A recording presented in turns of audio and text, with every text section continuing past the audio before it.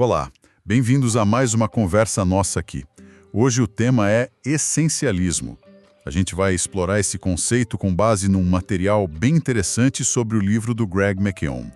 A ideia é entender essa filosofia do menos, porém melhor, sabe? Como que a gente pode focar nossa energia no que realmente importa para maximizar nossa contribuição, por assim dizer. Oi. Pois é um tema muito pertinente. O essencialismo, ele ataca um problema que, nossa, acho que todo mundo sente um pouco hoje, né?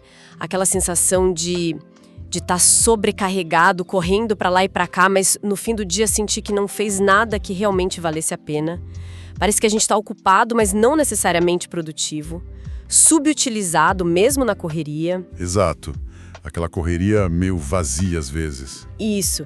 E a proposta do essencialismo é justamente buscar, assim, de forma disciplinada mesmo, o menos, porém melhor. É uma busca constante. Legal. Vamos então descascar isso um pouco mais. O que é exatamente o essencialismo? Pelo que eu captei, não é só tipo fazer menos coisa e pronto. É mais um investimento estratégico mesmo. Do nosso tempo, da nossa energia, naquelas coisas que são as certas. O lema é esse menos, porém melhor.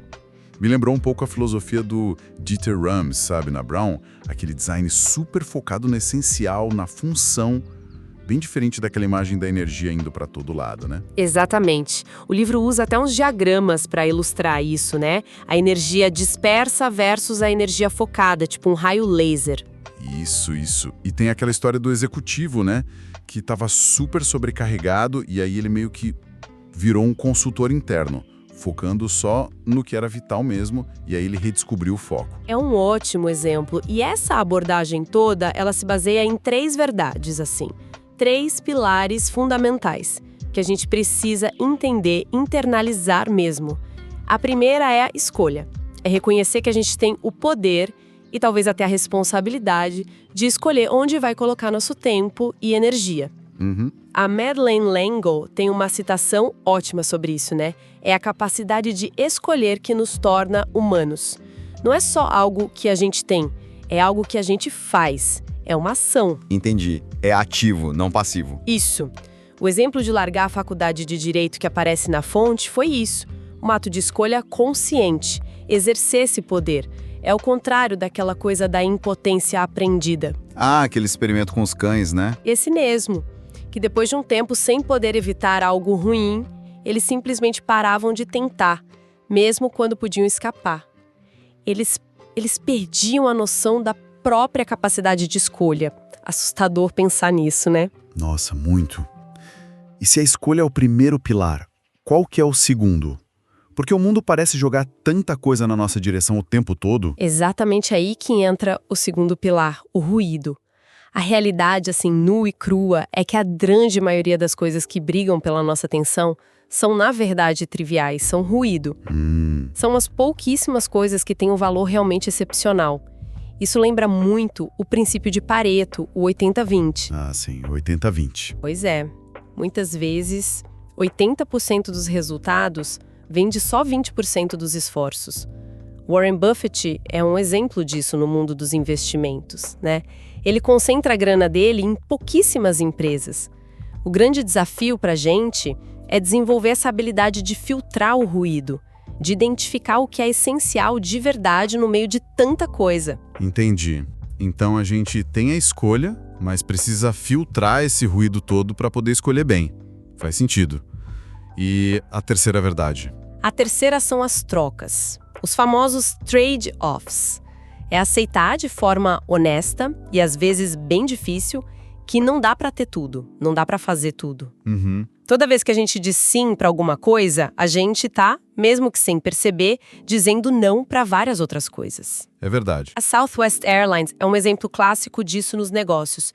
Eles escolheram focar. Voos curtos, baixo custo, um tipo só de avião. E disseram não para um monte de coisa. Refeição, assento marcado, voo internacional. E deu certo para eles, né? Muito certo. Porque eles abraçaram as trocas.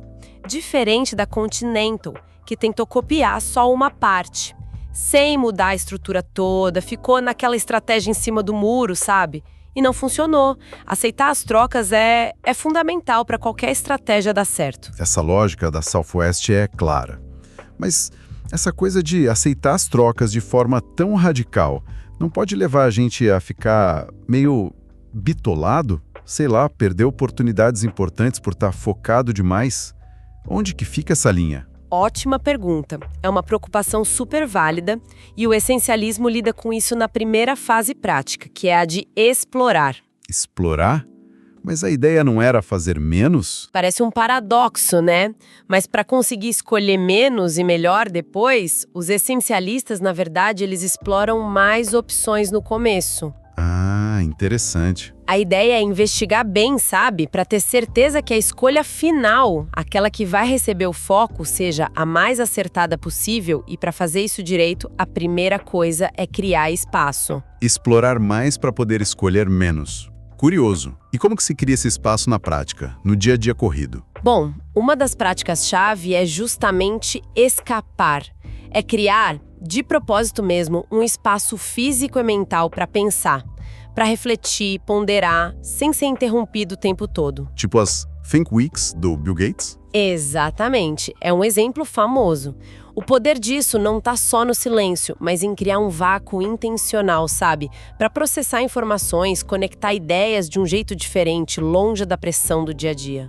O Jeff Weiner, lá do LinkedIn, também fazia isso, reservava blocos de tempo na agenda só para pensar. E às vezes, essa desconexão precisa ser mais radical mesmo, como aquele executivo da história que foi para um hotel sem internet para focar num projeto. Entendi. Criar uma bolha protegida e depois de escapar o que vem. Depois vem olhar, usar esse espaço que você criou para ver o quadro geral, agir como se fosse um jornalista da própria vida. Jornalista da própria vida, gostei disso. A Nora Ephron, que foi jornalista antes de ser cineasta, falava da importância de achar o lead, a essência da história, e não só colecionar fatos soltos. Faz sentido. Então é filtrar o essencial na informação que a gente consome, tentar ouvir o que não está sendo dito. Manter um diário, por exemplo, pode ser uma ferramenta simples, mas poderosa para isso, para identificar padrões ao longo do tempo. Entendi. E tem o exemplo da equipe que foi para o Nepal investigar o problema das incubadoras de bebês. Eles só entenderam o problema de verdade, que era a falta de eletricidade nas aldeias, não o custo das incubadoras em si, porque eles foram lá olhar de perto. Se tivessem ficado no escritório, iam errar o diagnóstico. Nossa, que exemplo forte. Agora, confesso que a próxima prática que você vai mencionar me deixou curioso quando li sobre. Brincar. Eu sempre associo produtividade com seriedade, foco total. Como que brincar entra nisso? Essa é fundamental e muito subestimada. A pesquisa do Stuart Brown mostra que brincar não é coisa de criança, não é trivial. É essencial para a nossa neurobiologia. É mesmo? Sim, brincar estimula a criatividade, aumenta a nossa capacidade de se adaptar a mudanças, reduz o estresse, melhora um monte de função cerebral. Não é à toa que o Einstein valorizava tanta fantasia. Caramba! Empresas super inovadoras, tipo a Pixar, o Google, elas sabem disso, elas integram o lúdico na cultura delas. Brincar não é o oposto de trabalho sério, é um combustível para ele. Que visão diferente, a gente realmente subestima o brincar. E imagino que o mesmo vale para outra coisa que a gente vive negligenciando. Com certeza absoluta, dormir. É proteger o nosso ativo mais valioso, nós mesmos. O sono não é luxo, gente, é necessidade biológica. É crucial para ter alto desempenho, tanto físico quanto mental. A gente sempre tenta roubar umas horinhas do sono, né? Pois é, e paga um preço alto. Aquela história do executivo Bob Gill, que teve um colapso por privação crônica de sono, é um alerta sério. E tem estudos, como um alemão citado na fonte, que mostram como o sono melhora a nossa capacidade de resolver problemas complexos, de ter insights criativos. Até um ciclo REM, aquele do sonho, ajuda o cérebro a integrar informações de um jeito novo. Vários líderes de sucesso, tipo Jeff Bezos, falam que priorizam as 8 horas de sono. Não é coincidência. Dormir bem para pensar melhor. faz todo sentido biológico. E para fechar essa fase de exploração, qual a última prática? A última é selecionar.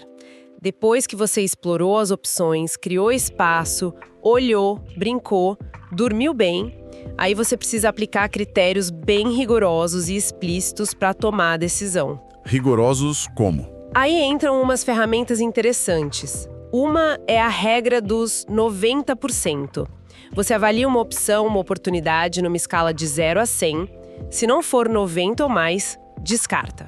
Uau! 90? Isso é bem alto. É alto mesmo. Força a borra pra cima. Ou tem a filosofia do Derek Sivers. Se não for um sim óbvio, então é um não óbvio. Direto ao ponto. Exato. Isso obriga a gente a ser muito mais criterioso na avaliação. A empresa Vitzel, de móveis, é citada como exemplo, com processo seletivo super exigente, buscando aquele encaixe perfeito. É aplicar critério rigoroso. Essa regra dos 90% é forte, mas imagino que evite um monte de coisa mais ou menos, né? Aqueles quase bons. Exatamente esse o ponto. E o mais importante aqui é entender por que essas práticas de exploração são estratégicas. Dormir, brincar, não são perda de tempo. São ferramentas para recarregar nossa capacidade cognitiva, nossa criatividade. Certo. E a seleção rigorosa, com critério claro, ajuda a evitar o tal paradoxo do sucesso. Sabe, aquele ciclo vicioso onde o sucesso inicial atrai tanta oportunidade nova que a gente acaba se diluindo, perdendo foco naquilo que nos fez ter sucesso lá no começo. Sei bem como é isso. E tem aquela pergunta-chave para avaliar qualquer oportunidade ou até um compromisso que a gente já tem. Se eu ainda não tivesse investido nisso, quanto eu me esforçaria hoje para conseguir? Essa pergunta é demolidora. Nossa, essa pergunta é daquelas que fazem a gente parar para pensar mesmo. Ok, então a gente explorou, usou critérios fortes para selecionar o que é essencial. Imagino que agora vem a parte de cortar o resto. E essa me parece ser a mais doída. É onde a coragem entra com tudo. A fase de eliminar. É aqui que a gente tira ativamente o que não é essencial. E a primeira técnica para isso é esclarecer. Esclarecer o quê? O propósito. Ter um objetivo essencial muito, muito claro. Uma meta essencial boa, ela é inspiradora, é concreta, é mensurável. Ela funciona como uma decisão que vale por 1000. É só comparar aquelas declarações de missão genéricas, sabe? Que não dizem nada com nada. Comparar isso com objetivos claros, como o da Madeleine Fox lá no Reino Unido, levar a internet para todo mundo até o fim da década. Ou o da fundação do Brad Pitt depois do Katrina, construir 150 casas verdes e acessíveis em Nova Orleans. Ah, sim, são bem específicas. Exato. Essa clareza elimina a ambiguidade, evita joguinho político, impede que a energia vá para um monte de coisa boa, mas que não está alinhada com o essencial. Com essa clareza toda, imagino que dizer não fique um pouco menos penoso. Mas, ainda assim, dizer não é difícil, né? É difícil pra caramba. E aí entra a segunda habilidade, ousar dizer não, e de preferência com elegância. É uma competência crítica pro essencialista. A gente precisa primeiro reconhecer aquele medo do desconforto social, sabe? O que os psicólogos chamam de conformidade normativa. Aquela pressão, às vezes sutil, pra gente concordar com um grupo, mesmo sem querer, só para ser aceito, para não criar atrito. Sim, acontece muito. O exemplo da Rosa Parks, com a recusa firme dela, mostra o poder de um não que vem de uma convicção profunda. E o Peter Drucker já dizia, pessoas eficazes dizem não. É aprender a separar a decisão, que é recusar o pedido, do relacionamento com a pessoa. Essa ideia do repertório do não parece ótima na teoria. Mas na prática, como é que faz? Principalmente aqui no Brasil, né? Onde, às vezes, um não muito direto pega mal. Como aplicar isso sem queimar pontes importantes, seja no trabalho ou na vida pessoal? É um ponto super relevante para nossa cultura, com certeza. O repertório do não dá umas opções que a gente pode adaptar. Por exemplo, aquela pausa antes de responder. Só isso já sinaliza que você está pensando, considerando. A pausa estratégica. Isso. Ou sim, mais. Você pode aceitar uma parte ou oferecer uma alternativa. Olha, não consigo fazer X agora, mas talvez eu possa fazer Y semana que vem. Entendi. Ter umas respostas meio padrão para pedidos comuns também ajuda. Focar na troca.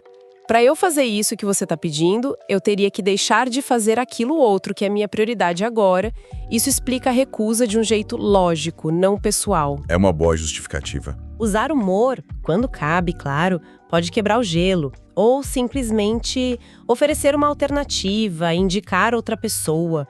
O importante é ser claro, ser respeitoso e focar no motivo da recusa, que é a sua prioridade essencial, e não na pessoa que pediu. Um não bem comunicado, mesmo que dê um desconforto ali na hora, geralmente gera respeito a longo prazo. Boas dicas práticas. Agora, além de dizer não para coisas novas, e aquelas coisas que a gente já está fazendo, mas que percebe que não são mais essenciais? Largar algo que a gente já investiu tempo, dinheiro, é muito difícil. Esse é o desafio de descomprometer-se.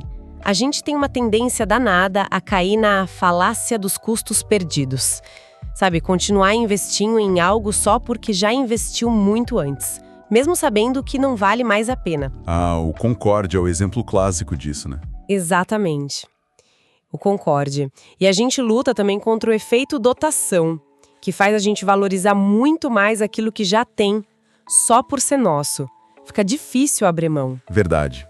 Superar esse medo do desperdício, ter a coragem de admitir, ok, essa escolha lá atrás não foi a melhor, é libertador. E tem ferramentas para ajudar nisso, tipo o orçamento base zero. Orçamento base zero. A ideia é que, periodicamente, todo compromisso tem que ser justificado do zero como se fosse começar agora. Ou fazer pilotos invertidos. Experimentar tirar uma atividade para ver qual o impacto real. Ajuda a ver se ela é mesmo necessária. Interessante.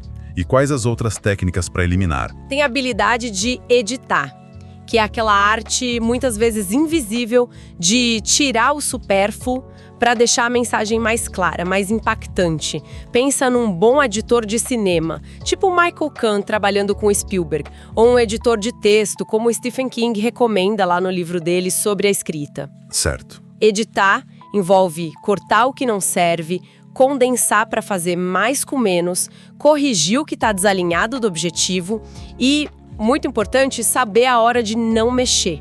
Às vezes, editar menos é mais. Entendi. E a última? A última é limitar. Estabelecer limites claros. Isso é fundamental para proteger nosso tempo, nossa energia. A analogia do livro é ótima. Limites não são grades que prendem a gente. São como cercas que dão segurança para a gente poder usar todo o espaço dentro delas com foco. Como as crianças no pátio da escola. Isso. Com a cerca, elas brincavam no pátio todo. Sem a cerca, ficavam encolhidas, perto do prédio com medo. Os limites os libertam. A gente precisa identificar onde precisa de limites mais claros no trabalho, em casa, no uso de celular e criar uns contratos sociais. Contratos sociais. Tipo combinar as coisas. O Clay Christensen, por exemplo, era firme. Fim de semana era para a família, não trabalhava. A história da Ji Young, que conversou com a chefe e definiu um limite claro sobre responder e-mail fora do horário e acabou ganhando o respeito dela. Mostra como isso funciona. Entendido. E é importante frisar, né? Que eliminar o não essencial muitas vezes é dizer não para coisas que parecem boas oportunidades, mas que não são as certas pra gente ou não naquele momento. Exatamente. A clareza que a gente ganha lá na fase de explorar é que faz a eliminação não ser arbitrária, ser estratégica. E limites bem definidos não prendem a gente, eles nos capacitam. Capacitam a gente a focar e entregar o nosso melhor naquilo que a gente escolheu como essencial. Ok, então a gente já explorou, selecionou com rigor, eliminou o excesso. Finalmente chegamos na execução. E pelo que eu entendi do material, a execução essencialista não é sobre força bruta, empurrar mais forte. É mais sobre tornar a ação quase sem esforço. Como assim?